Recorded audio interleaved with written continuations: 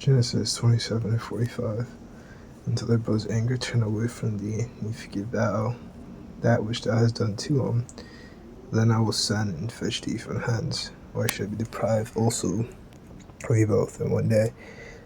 So till Esau cools down and he forgets that which was done to him, which he never did. And there's times where Jacob had to, play stupid with him and kind of play around him. But that same hatred, still extends today, which I said goes back to Abel and Cain. It really just goes back to them carrying that wicked spirit, of the serpents, servant-like people. Alright, and to brother's anger returned from thee, and you forget that which thou done to him, then I will send and fetch thee from hence.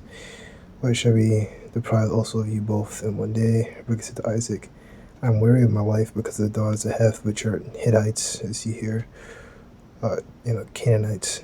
If Jacob take a wife of the daughters of Heth, such as these, which the daughters of the land, what good shall my life do me?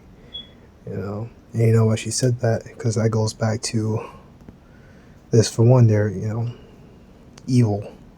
Heathen are literally evil, the stuff they were worshipping.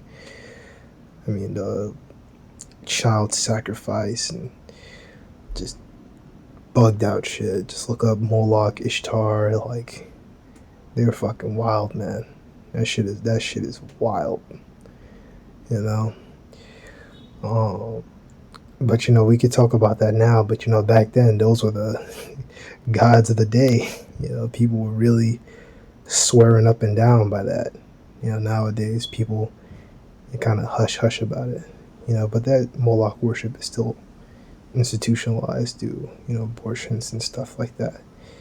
But it's not as in your face as it was back then. Even though Satanism is out there and in your face, but I think that's more like according to them, they're more like worshiping themselves. But of course you got the crypto overt Satanism that's rampant. Genesis 24:1. And Abraham was old and well stricken in age, and the Lord had blessed Abraham in all things. And Abraham sent his eldest servant of his house that ruled over all that he had. Put, I pray thee, the hand under my thigh. Which is how you made a vow back then. I make thee swear by the Lord, which is the name, God heaven and God the earth, thou shalt not take a wife unto my son of those Canaanites among whom I dwell. Alright, and this was a vow that Abraham made between him and his servant.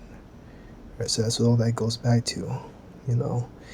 As Abraham did, for Isaac, Rebekah, through spirit, where she, heard Isaac made mention of it somehow. She said the same thing, which actually never mind, because that was something that they already told Esau not to do, but they wanted to make sure that Jacob didn't do it, as well. And that's pretty much the show.